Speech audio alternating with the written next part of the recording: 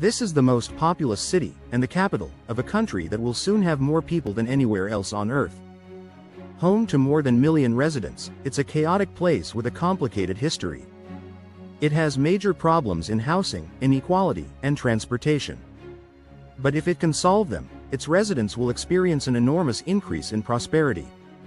As India's seat of power, what happens here impacts a billion people and reverberates around the world. This is Delhi, a fulcrum of the 16th century, nestled along a protective ridge that sends Himalayan snowmelt either west to the tributaries of the Indus River, or east to the Ganges. Delhi is the gateway to one of the most expansive, fertile agricultural plains on the planet, and a collection point for goods on their way to an extensive coastline for export. This land has been the capital of empire after empire for thousands of years, but the defining moment in its modern history occurred years ago when India declared its independence from the British Empire at Delhi's Red Fort. Nehru. At the stroke of the midnight hour, when the world sleeps, India will awake to life and freedom. This resulted in the partition of the Indian territory along religious lines into India and West and East Pakistan, which eventually became independent Bangladesh. This had massive consequences. Documentary narrator. The very morning after independence celebrations, Hindus in Pakistan and Muslims in India began to flee their homes. Muslims headed for Pakistan, while Hindus set off for India. Enormous convoys of people moving in opposite directions. The greatest mass migration in history. Million people were displaced, many were attacked by robbers and armed militants along the way. A million people lost their lives. This flood of new arrivals overwhelmed the city as illegal housing settlements sprouted and grew all over. This building wasn't done to code and lacked basic plumbing and sewers. It's a crisis that Delhi is still struggling to solve.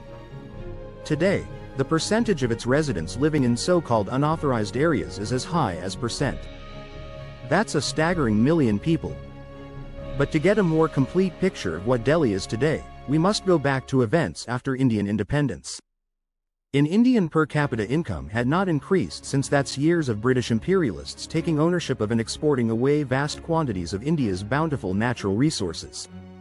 Revolutionary Mahatma Gandhi and his hand-picked political heir, Jawaharlal Nehru, knew the Indian people needed a far different system than what the British Empire had imposed. What Nehru wanted was an idyllic, total society, in which injustice and inequality would be defeated by the perfect nation system. This dream was cemented during a short 4-day visit to Moscow, where Nehru and his father were wined and dined by the Communist Party's elite celebrating the 10-year anniversary of the Bolshevik Revolution.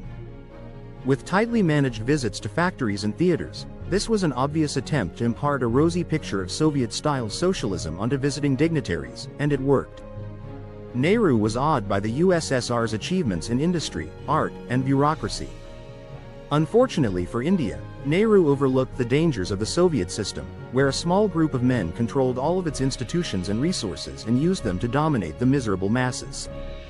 When Nehru became India's first prime minister, he created his own version of a centrally planned economy, convinced that only an all-powerful state could bring about development rapid enough to achieve his vision. Manmohan Singh. Nehru was a rational thinker and he wanted to apply science and technologies to solve the great mass poverty that prevailed at the time of independence.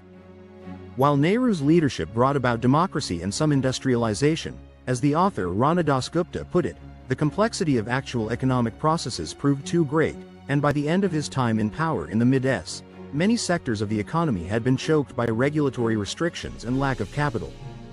Yashwant Sinha. The government of India went into business in a big way and they decided to control whatever was there in the private sector also as firmly and fiercely as they could. Documentary narrator. The British Raj was gone. Now people were subjected to the permit Raj because everything needed a government permit. India became a byword for red tape and bureaucracy. Real estate and land development in the city of Delhi was one of the most tightly controlled sectors. The Delhi Development Authority or DDA was created in and granted the exclusive responsibility of land development within the borders of the city. The DDA prevented individuals from owning more than a handful of acres and forced people to sell the agency their property at below market prices. This backfired, disincentivizing private sector construction just when Delhi needed it most to keep pace with its explosive population growth. Since Delhi's metro population has increased fold, yet the DDA remains in control of its real estate sector. Every project has to meander through its inefficient bureaucracy. When it does approve new private development, it usually uses a lottery system, with residents waiting years, sometimes decades, to see if they've won the right to build. This leads to all sorts of efforts to game the DDA system, making it even more inefficient and corrupt. Documentary narrator. Since it was impossible to work with the system, people learned to work around it. Every license, every permit was procured by corrupt means. A bribe? Well, bribe is the simpler word, I suppose. The Indian people were being given shoddy goods and services at very high prices. Enterprise was stifled and growth was crippled. The economic environment was simply not conducive to efficiency or profitability. For a study in contrast, we need only look just beyond Delhi's official city limits, to the gleaming skyline and well-maintained infrastructure of India's tech hub, Gurgaon, or Gurugram as it's now officially known. Two strategic moves made Gurgaon what it is today. First, after it became clear that the DDA made private development impossible in the city of Delhi, the real estate company DLF bought up farmland on the outskirts in the S&S. Then, it decisively developed it as Western corporations began to embrace the practice of business operations outsourcing. Today, hundreds of fortune companies have offices in Gurgaon to take advantage of Delhi's large English-speaking workforce, who gladly perform services at salaries fractions of what workers in the US or Europe earn. As a master-planned, sterile city dominated by corporations, the amount of privatization sometimes goes too far. The Gurgaon police force is outnumbered by private security officers to still. It's hard to argue with the results from an infrastructure perspective, as noted by a local economist. Parth Shah. Most people did not even know Gurgaon existed years ago. It was completely farmland on the outskirts of Delhi. Inside a compound of a colony, you will find great services, world-class standards. Right outside that gate, public services don't exist. So water connections are very poor, sewage lines are not done very well. It's in a sense the story of India, frankly, where the private industry has been very successful, has created world-class standards and aspirations among the people, while the public sector has not been able to keep up with that. For every new arrival finding tech work in Gurgaon, several others are unemployed or struggling to make ends meet in low-wage jobs, like rickshaw drivers and housekeepers. Unfortunately, many of them end up living in makeshift houses in the middle of the metropolis. Colony resident. Some of my neighbors have been living here for years. There's no electricity, no running water, and no toilets. My husband can't find work anywhere. We have no future. India is often portrayed in the West as the world's largest democracy, but things are more complicated in the capital. Decision-making in Delhi operates within a complex political system. There is an elected assembly, their leader, the city's chief minister, a lieutenant governor, appointed by the President of India, who oversees agencies like the powerful DDA, and 3 municipal corporations who each elect a mayor. Last year things got even more muddled when the national government of India passed a law requiring the local Delhi government to secure the lieutenant governor's sign-off before any executive action goes into effect. There seems to be a strong aversion to directly electing public leaders in India. Perhaps this is due to the relative newness of democracy itself in the country. In fact, for most of the time since independence, India has resembled a hereditary dynasty, with either Nehru, his daughter, or his grandson holding the premiership for the years between and the year when decades of bad policy pushed India's economy to the brink of total collapse. Documentary narrator. The collapse of the Soviet Union reverberated round the world. For India, it was the end of a role model. Minister Singh. This was a telling proof that a command-type economy was not as secure as we had thought. The government was left holding too many worthless Soviet rubles and severe agricultural shortages were setting in. Minister Chidambaram. We were borrowing heavily. We had to mortgage our gold deposits. Our growth rate had come to virtually zero. The government of India was broke. In the new Prime Minister appointed economist Manmohan Singh as Finance Minister. Minister Singh. The argument was quite simple. We were in the midst of an unprecedented crisis. It was time to think big. Despite resistance within his own party, the Prime Minister approved Singh's plans. To secure a massive loan from its former British colonizers, India transferred tons of gold bars to the Bank of England and opened its economy through capitalist reforms. Minister Singh, we introduced more competition. To release the innovative spirits which were always there in India. The economy turned around much sooner and much more deeply than I had anticipated. Indeed, the results speak for themselves. Per capita GDP has climbed steadily, and today stands % higher than it was in, but it's still less than its neighbor Bangladesh and African nations Nigeria and Congo. Years is just not a very long time to develop considering its poor starting position, which means its economy can still be quite dysfunctional, as the Delhi-based author Rana Dasgupta described in a talk. Rana Dasgupta.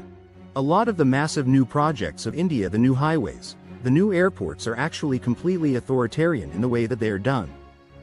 Farmers are kicked off land using state apparatus, police, bureaucracy, etc.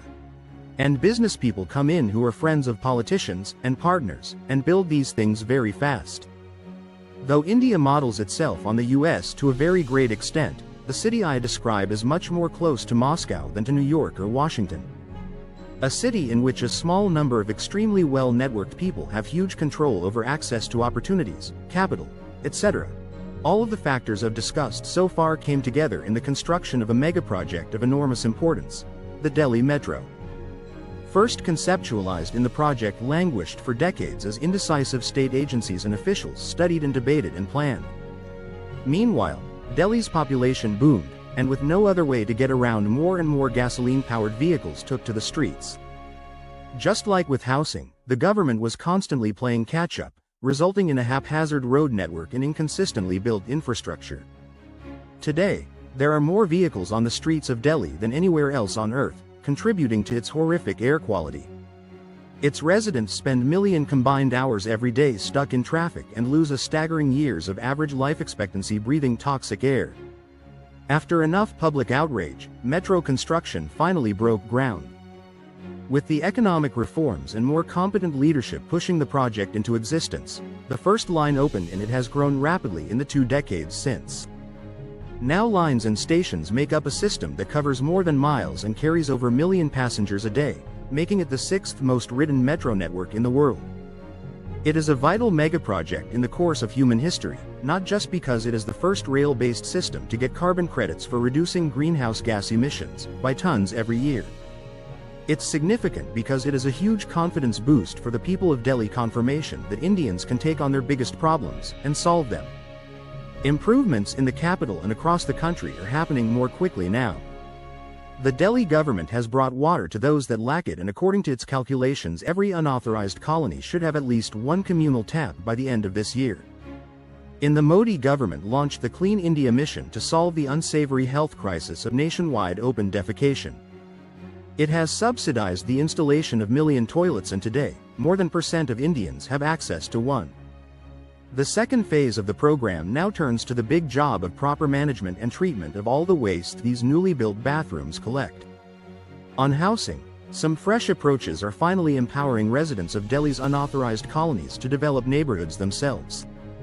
But there is a long way to go, and it is obvious from the outside that the DDA approach needs a complete overhaul. For Delhi to really thrive, it also needs a better trained and funded police force. To clean up Delhi's air, bans on agricultural crop burning in neighboring states must be enforced. Many farmers just ignore this law, sending smoke that blankets the capital for weeks every fall. And to cut emissions, Delhi's many vehicles, especially its auto rickshaws and motorcycles, must go electric. % of India's electricity is still generated by coal, but it now costs less to build a solar farm in India than anywhere else in the world. Panels should soon cover sun-soaked Rajasthan to the southwest, with wind turbines rising all along the blustery Gujarat coast. Few societies in history have faced as many simultaneous challenges and opportunities as India. It is projected that % of India's infrastructure for the year hasn't been built yet, which makes the next years critical. If leaders in Delhi can pass and enforce laws that develop the country efficiently, the increase in quality of life will be one of the most remarkable stories of the first half of the century and will position India to become a global power with few rivals. If you enjoyed this video, Help me make more of them by becoming a supporting member at TDC Video. Membership unlocks my research sources, a linked document curating the content that most helped me, so you can learn a lot more about Delhi too without sifting through a bunch of other stuff that isn't on the level. Until next time, thanks for watching $0 Studio.